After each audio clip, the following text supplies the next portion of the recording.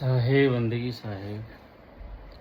दोस्तों, कबीर साहब ने वेदों की सत्ता को और तथाकथित काल्पनिक भगवानों की सत्ता को हमेशा चुनौती दी है। ढोंग, पाखंड, आडंबर को हमेशा उन्होंने चुनौती दी है और अपने हृदय के भीतर ही, अपने इस शरीर के अंदर ही जो तत्व विराजमान है, जो आत्म विराजमान है, उसी को समझ के, मान के और उसी को पाने की बात कही है।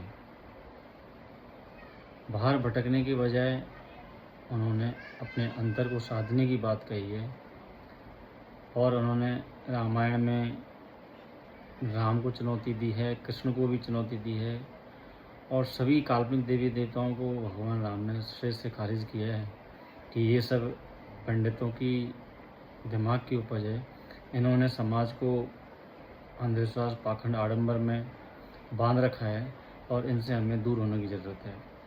तो उसी संदर्भ में साहब एक जगह पूछते हैं कि सेतु बांध के पार गए सीता के भरतार, ताही अगस्त मुनि अच गए तामे कौन करतार। अर्थात सेतु, उस समुद्र पर सेतु बांध करके भगवान राम लंका रावण को विजय प्राप्त करने के लिए गए और उस समुद्र को अगस्त मुनि, वाल्मीकि रामायण में प्रसंग आता है कि अगस्त मुनि ने एक अचुआ ने एक ओख में उस समुद्र को पी लिया। तो साहब प्रश्न करते हैं कि इनमें कौन करतार है, भगवान राम बड़े हैं कि अगस्त मुनि बड़े हैं?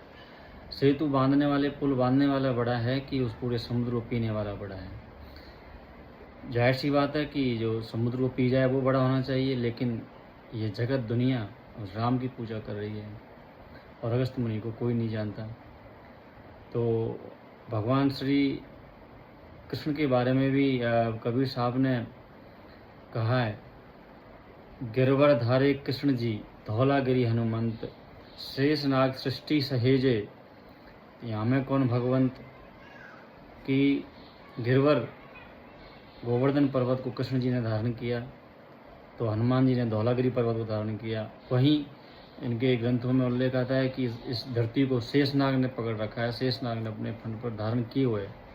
तो इनमें सबसे बड़ा कौन हुआ, गोवर्धन धारण करने वाला कि धौलागिरी पर्वत धारण करने वाला कि इस पूरी सृष्टि को धारण करने वाला? जाहिर सी बात है कि शेषनाग को बड़ा होना चाहिए, जबकि सृष्टि कृष्ण की पूजा कर रही है।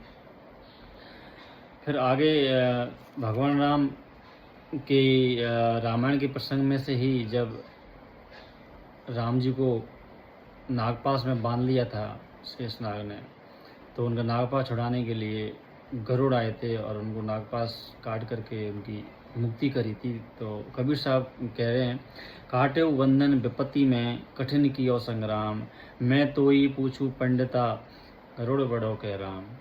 कि उसमें राम बड़ा है कि गरुड़ बड़ा है? क्योंकि राम खुद उस नागपाश से बाहर नहीं आ सके, गरुड़ ने आकर के उसको काटा, तो गरुड़ को बड़ा होना चाहिए।